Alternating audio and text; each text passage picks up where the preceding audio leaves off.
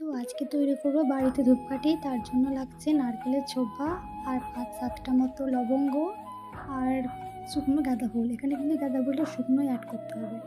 তারপর ওটাকে পেস্ট করে ওর মধ্যে ধুনো গুঁড়ো আর ঘি দিতে হবে। ঘি দিয়ে ভালোভাবে মাখানোর পর কিছুক্ষণ রেখে তারপরে যেমন খুশি শেপ দিয়ে নিলেই তৈরি ধূপকাঠি। তো আমি এই ধূপকাঠিটা ছোটোটা সবথেকে, ওটা আমি শুধু ঘি দিয়ে মাখিয়েছিলাম। আর বাকিগুলো সামান্য আমি গঙ্গা জল অ্যাড করেছি। তো আপনারা চাইলে গঙ্গা জল দিতেও পারেন, আবার না দিতেও পারেন, শুধু ঘি দিয়েও করতে পারেন। তো আমি এখন একটা ধূপকাঠি এখন জ্বালিয়ে দেখবো কীরকম হয়েছে। তো দেখা যাক কেমন।